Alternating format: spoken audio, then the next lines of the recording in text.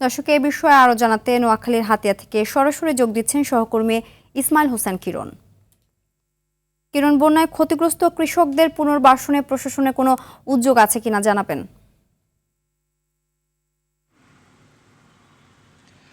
জি Cynthia, আপনাকে ধন্যবাদ। আমি প্রথমে আপনার প্রশ্নের উত্তর যদি দিই, সেক্ষেত্রে উপজেলা কৃষি অফিসের পক্ষ থেকে ক্ষয়ক্ষতির বিবরণ পাঠানো হয়েছে এবং উপজেলা নির্বাহী কর্মকর্তার কার্যালয় থেকে ক্ষয়ক্ষতির একটি বিবরণ জেলা প্রশাসক কার্যালয়ে পাঠানো হয়েছে, কিন্তু সেখান থেকে এখন পর্যন্ত ক্ষয়ক্ষতির ব্যবস্থা নেওয়ার মতো কোনো বরাদ্দ আসেনি। জরুরি যেসব ত্রাণ সামগ্রী এসে শুধু তার উপরে এখানকার মানুষজনকে ভরসা করতে হয়েছে, তারা শুধু জরুরি ভিত্তিতে ত্রাণ সামগ্রী প্রশাসন বিতরণ করছে। আপনি জানেন যে গত কয়েকদিনের টানা বর্ষণে এখানকার নির্মাঞ্চল ব্যাপক এলাকা প্লাবিত হয়েছে এবং বেড়িবাঁধের বাইরে অস্বাভাবিক জোয়ারে বেশ কিছু নির্মাঞ্চল প্লাবিত হয়েছে। এই যে টানা বর্ষণে ব্যাপক এলাকা প্লাবিত হয়েছে, এর মধ্যে সবচেয়ে বেশি ক্ষয়ক্ষতির চিহ্ন পাওয়া গেছে বা ক্ষয়ক্ষতির বর্ণনা পাওয়া গেছে কৃষকদের মধ্যে। অর্থাৎ এখানকার কৃষকরা আমন ধানের যে বীজতলা বপন করছেন এবং তারা যে আগাম যে সবজি চাষ করছেন তা সম্পূর্ণ নষ্ট হয়ে গেছে।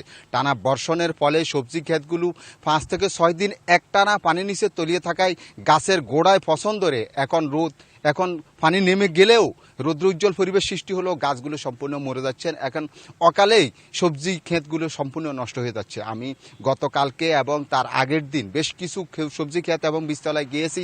আমি দেখেছি যে এখন পানি নেমে গেলেও বীজতলা সম্পূর্ণ নষ্ট হয়ে যাচ্ছেন। কৃষকরা যেসব এলাকায় এখনও পানিবদ্ধ অবস্থায় আছেন সেখানকার পানি নিষ্কাশনের ব্যবস্থা করছেন, কিন্তু পানি চলে যাওয়ার পর তীব্র রোদের কারণে ছোট ছোট যে বীজতলা যে ছোট ছোট চারা তা সম্পূর্ণ মরে যাচ্ছে। আমি কথা বলছি কৃষকদের সাথে, তারা আমাকে জানিয়েছেন যে এসব বীজতলার যেসব চারা আছে তা দিয়ে তাদের এবারকার ধান রোপণ আর করা হবে না, তাদেরকে পুনরায় বীজতলা তৈরি করার চিন্তা ভাবনা করতে হচ্ছে।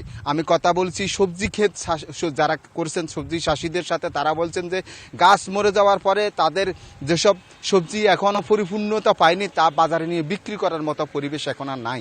তাদেরকে এই গাছ সম্পূর্ণ তুলে ফেলে দিয়ে নতুন করে সবজি ক্ষেত করতে হবে। তবে তার জন্য বীজতলা এবং সবজি ক্ষেত তৈরি করার জন্য যে আর্থিক যোগান দরকার সেটা তাদের নেই। তারা ঋণ নিয়ে তারা